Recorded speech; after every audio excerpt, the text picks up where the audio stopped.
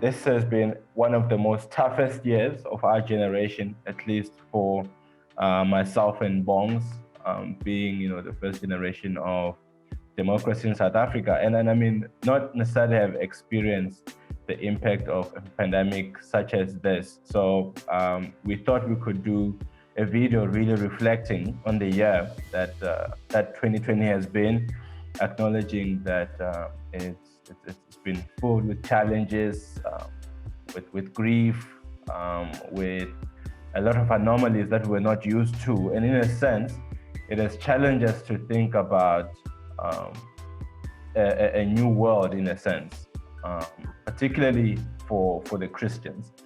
And we thought we could just maybe reflect on a few points that we really saw God been working at in a lot of our churches here in the continent, in South Africa, more specifically in our townships, and the challenges there. But really what we realized coming out of this from this context. So we just want to spend some time, Bongz and myself, speaking on these things from our experiences, and we hope it's an encouragement to you.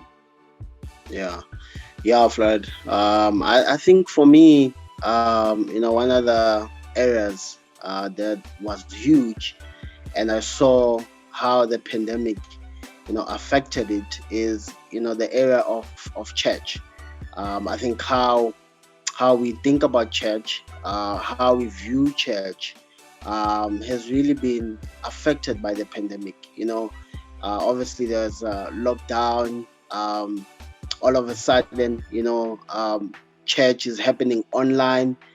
Sermons are happening online. We can't meet together, and so that whole thing has changed, a lot in terms of how we view the church. And I think for me, the biggest thing really is, the pandemic, I think, showed us that what some of the things that we've always thought, make up the church, and they are so essential, maybe they are not.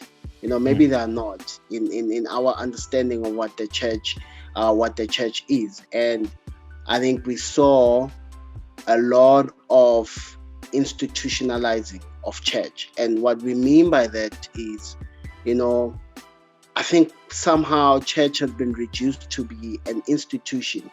And an institution is just an organization that has systems and structures. And the people in it work so hard to maintain that structure, right? And I think sometimes the church has been, for so long, has been reduced to that, right? When we think about musical instruments, when we think about, obviously, a preacher and a sermon, we think about, obviously, coming together in the Bible, and we think about, okay, there needs to be a building. So all those things, in our minds, make up what we think church is. And I think what the pandemic did then is, obviously, you can't do all those things anymore the way you used to do them. And so what are you left with? What is church now, right? There are no longer musical instruments or worship that will kind of lead you in the presence of the Lord. You Sunday, you can't go to a building and gather with people anymore and listen to a sermon. What do you do?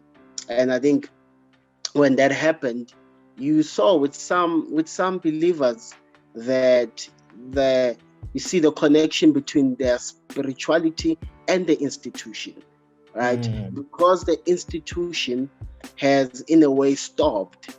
For some, it caused a confusion or a panic, in a sense that, okay, what does it mean for my spiritual life? If I can't go to that building Sunday and meet with those people and listen to a preacher, well, what does that mean for my walk with Jesus? Is it affected as well? And so I think what the pandemic did for us then is, in a sense, strip away those things, those institutionalized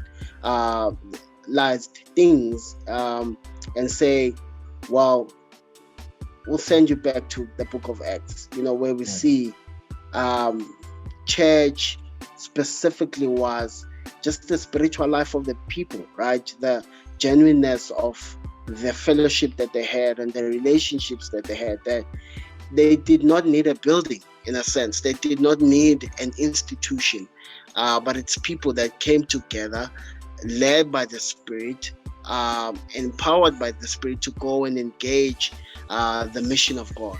And so I think, yeah, the pandemic challenged us, man, in that area to say, we don't have the institution anymore. So as a church, what are we gonna do? What is our function? What is our mission? And if in that institution there was no genuine fellowship, no genuine relationship, no genuine engagement to the mission that Jesus has called us, I think believers suffered in that context because the institution was defined as the church. And I think the pandemic took that away and said, no, no, no, no, that's not the church. The church is actually the people of God. And I think we need to go back there and say all the investments, all the activities pertaining to what we deem church should have people at the center, the people of God at the center. The kingdom of God is exactly that, the people of God engaging in the mission of God. And I think sometimes the institution that we've made church to be today can distract us, from that goal and from that mission. And I think for me in that era, the pandemic, just reminded us of that, and just a caution to us as believers that don't institutionalize this thing that we call church.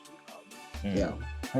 Yeah, that's big, Bongz. I think just on the next point, building on from what you said is, what the church is actually called to, but was not living up to it. So I think it's interesting. You mentioned the church as an institution. To say that was actually never really our mandate, was it? We're never really called to, just build all these big buildings, have fancy screens, have fancy instruments, and that be called church. That was never really, or at least when we're reading the early church and understanding the Old Testament overall, there's a sense in which we call to a community, and a community that is called to a common action. And I think what's interesting in this time is there were glimpses of the church. And when I say the church, I'm talking about what Bongz you defined as the people of God, that God has called to himself. So that would be my definition of church in this case. And you really realize, we realize at least in our family during this time, that there were glimpses of that, what God has called the church to. For example, you saw churches during COVID times when a lot of people, particularly in the townships who had lost jobs, there was whether loss of income and so on and so on.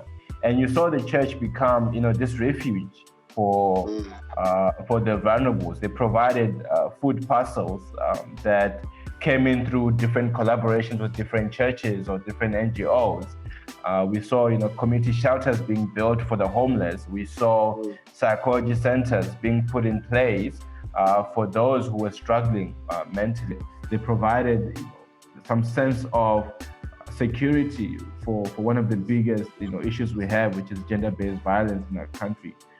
To an extent, offer a hand to the vulnerable women and children in our communities. You saw this about the church, isn't it? We saw that the more we didn't have the buildings to use for our conventional ceremonies, the more we're in action together. And I think in thinking, and perhaps for those who are lamenting that version of church anymore, or who are lamenting that version of church that we might have missed, in a sense, God is calling us to what the mission is actually is, right? Which is to again be the light and salt and light into the world, and to proclaim his kingdom. And then when you think about what the scriptures say, I mean, you look at I'm gonna maybe just bring up Matthew 25, where Jesus is talking about the parables of the sheep and the goats, separation, and this is our judgment, right? Judgment day, and Jesus brings about this parable when it says talking to someone, he says there will come a time where there will be judgment, and I'll say to the righteous, you provided me food when I was hungry, when I thirst. You provided me something to drink when I was a stranger. You invited me and you clothed me.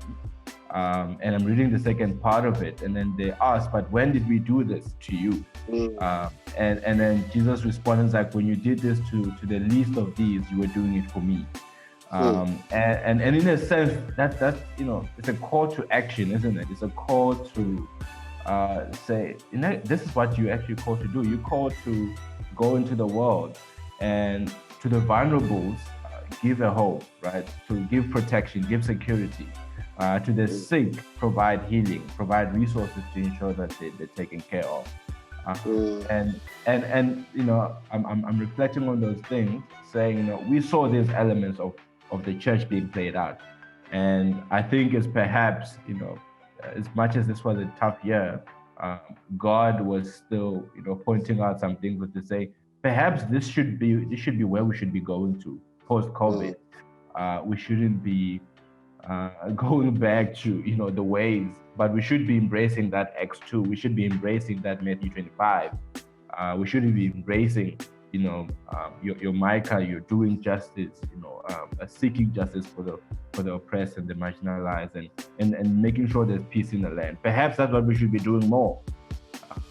That's the call to what we've been, the commission, what we've been given by God to go do all these things, word and deed, or whatever you understand that. But the reality is, as you live out your faith, it should reflect in everywhere you go. And that's our calling, to say, post-COVID, may God help us to be more effective in what He has called us to, and to build those relationships, and to put in structures in place to ensure that our communities are at a different place. I'm thinking, practically, there is an opportunity where even our government, sees, for example, church as an essential service. But how can we use that going on forward to really be of essential service to our communities, right? To really be bringing about light, to really be bringing about the calling in which God has given us. And the more we do that, the church buildings wouldn't be filled so much because people are back to the worship music or whatever, but because they'll be seeing the deeds of the churches in those communities. And perhaps the competition of which church gets packed up first is going to end as well, because the mission will be the same, really, and the provision will be from the same source. So I think we're hoping for that post-COVID, and we hope this is an encouragement to you as you end a year which won't necessarily be there won't be midnight service for churches that have midnight services. There won't be there's countdown parties that generally happen, but God will be still putting a stamp on the new year, and we hope that it's a year of reimagining what God has actually called us to. It's a year of reimagining what He could use us for in 2021, and that there would be a genuine change within the body, and a genuine change in our communities. Thank you guys for tuning in, and I hope this was encouraging.